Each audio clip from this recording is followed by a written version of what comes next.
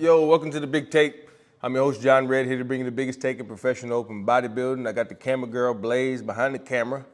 Dubai Pro just wrapped up. Awesome show, like it always is. Extremely efficient show. They get it done quickly, efficiently, and they announce who the winner is. So I'm making this video because Tonio Burton was the best bodybuilder on that stage. I'm not surprised at all that Tabani won. Buruz Tabani won. Buruz looked good.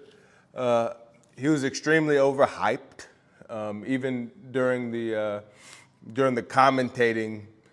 I think Breon Ainsley was like, he's the top 2-3 guy in the Olympia. That's crazy. Top 2-3 at the Olympia is crazy. I know he hasn't been able to go to the Olympia because of visa issues, and obviously that's been even exasperated even more due to the current situation with the U.S. and Iran and the travel ban and whatnot. But come on now, top 2 is crazy. That's ridiculous. But Tonio Burton was the best bodybuilder on that stage today. William Bonac looked really good also. Prejudging was weird. It was very weird. So at the prejudging, they bring out your top 5 or 6 guys, I believe, and they start rearranging folks. And at one point, the first point, they take Mo and they put Mo in the middle right next to Buruz. And everybody freaks out. And they put Mo in the middle, and then as prejudging goes along, he ends up on the outside and stays on the outside and ends up 5th. That's unprecedented. You don't just put a random person in the middle and they end up in 5th at prejudging. That doesn't happen. So that was weird.